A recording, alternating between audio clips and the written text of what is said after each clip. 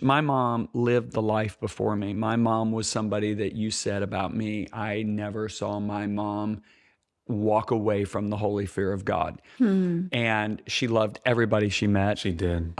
There was never a stranger to my mom. She's always making people laugh. I mean, when she fell and banged her head and broke her wrist just a couple weeks ago, the ambulance comes and get her. There's 2 EMTs. One of them's just not smiling at all, and she's cracking jokes like she always does, with a big old knot on her head the size of a golf ball. Yeah, that was nasty. Black looking. and blue on her face. She's broken wrist, and the guy's not smiling. And she goes, "What do I need to do to get you to smile?" or something like that. Or she might have said, "Have you ever smiled before?" or something like that. Well, the guy just cracks up finally.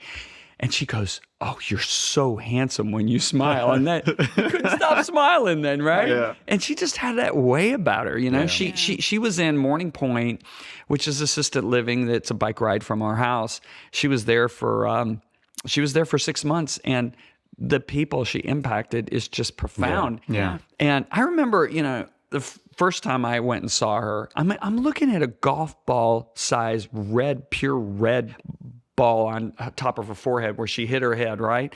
And I'm like, "Oh, Mom, I'm so sorry." And she goes, "Stop it. Stop it." And I said, "Okay." She goes, "This is an adventure." And I'm like, "Okay, Mom, I'm sorry. You won't even let me give you sympathy." But never in my life have I met a human being more positive than she was.